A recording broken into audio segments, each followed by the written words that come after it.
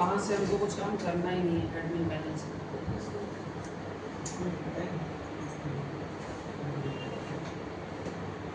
Shell है क्या sir? CMD रहता है जैसे अपना कमांड का जैसे इसका अगर किसी ने पूछ लिया पाइथन में शेल क्या होती है बता दो। एसटीयू डिपार्टमेंट उसकी बात करते हैं कर सकते इसके स्टूडेंट के चक्कर में सारी चीज़ें गलत हो गई क्योंकि यहाँ पे गलत था ऊपर के लिए सर उसको कमेंट कर देंगे। कमेंट कर देंगे तो और दिक्कत होने लगेगी। सर ये पहली बार मैंने इसमें देखा है कमेंट करने में दिक्कत हो जाती है। बार किसी में भी चलो कमेंट करने में कोई दिक्कत चार नहीं। जगह कमेंट करना पड़ता है। हाँ, कमेंट भी तो हर अलग अलग जगह पे करना पड़ता है। वो तो करना पड़ता है। ये बन गया, मैं सेव कर दिया। जब आउगा शुड बी 1 2 3 4 5 ऐसे ही। ठीक है, ये हमारा ब्लैंक है। अब आपको क्या करना है, यहाँ पे सामने वाले को CRUD ऑपरेशन पूरा परफॉर्म करके दिखाना। CRUD ऑपरेशन अगर आपको परफॉर्म करना है तो इसके लिए हमारे पास पाइथन का शेल होता है।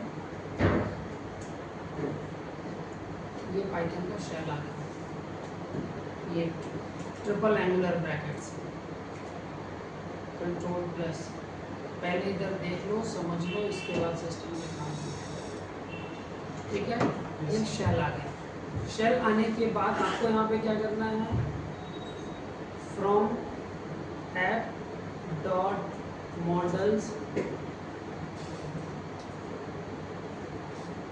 इम्पोर्ट ये 1 2 3 ठीक है।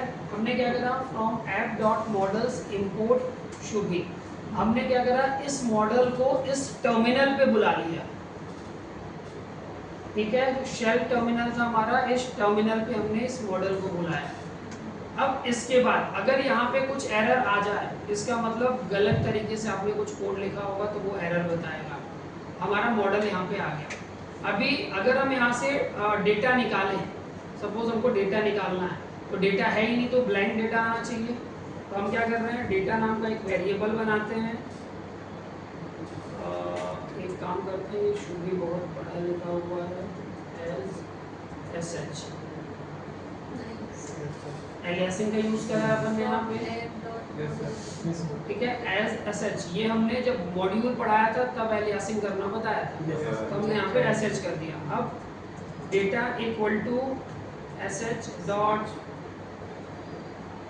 Objects dot all.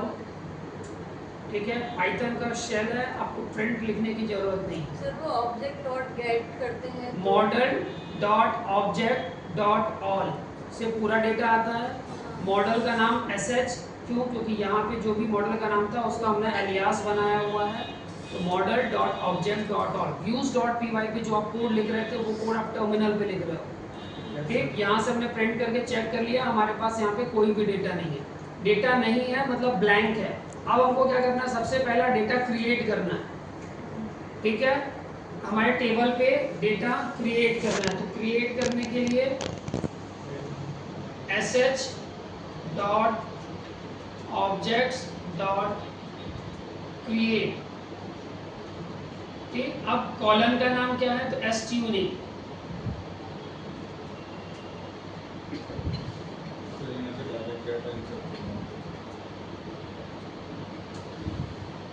ठीक है,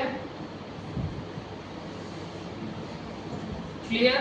टेबल पे डायरेक्ट डेटा आपने एंटर करा, जो काम हम एडमिन पैनल से कर रहे थे वो काम हम यहाँ से कर रहे थे। ठीक, अब हम कुछ और डेटा यहाँ पे इंसर्ट कर देते हैं, 2 3।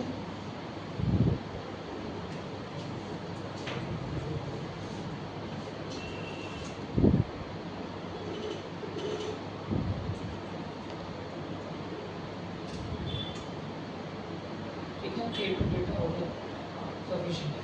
ठीक, अगर हम इसको रिफ्रेश करें तो आप यहाँ से देखोगे कि यहाँ पे मल्टीपल डेटा हमारे पास आ गया। तो ये हमने क्या करा, क्रिएट CRUD ऑपरेशन परफॉर्म करना था, उसमें से हमने क्या करा, ये सी C स्टैंड्स फॉर क्रिएट, तो क्रिएट कर दिया। क्रिएट करने के बाद मेरे को पूरा डेटा रीड करना है, तो रीड करने के लिए data equal to model dot object dot all, ठीक है, डेटा रीड कर लिया अपन ने। अब इस पे डेटा डॉट वैल्यूज आ गया, डेटा डॉट वैल्यू लिख,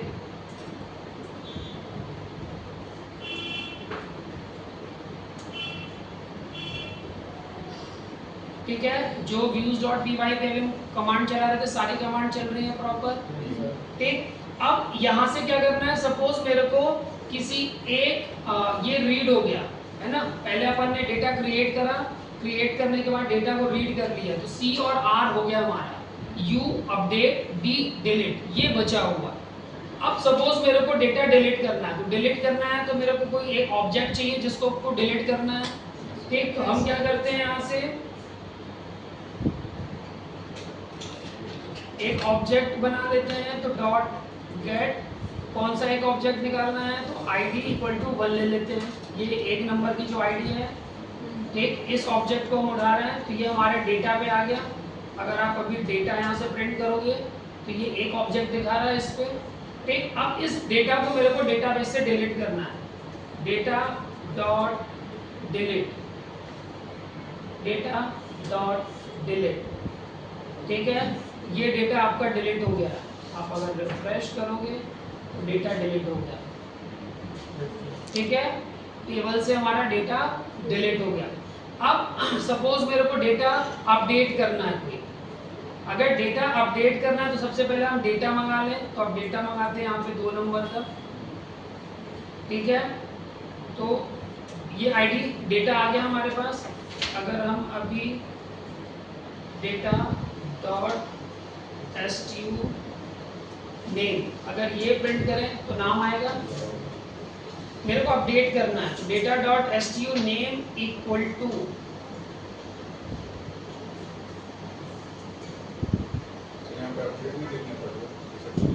data dot STU name equal to, हम क्या कर रहे हैं, डेटा डॉट STU नेम पे असाइन कर दे रहे हैं, ठीक है।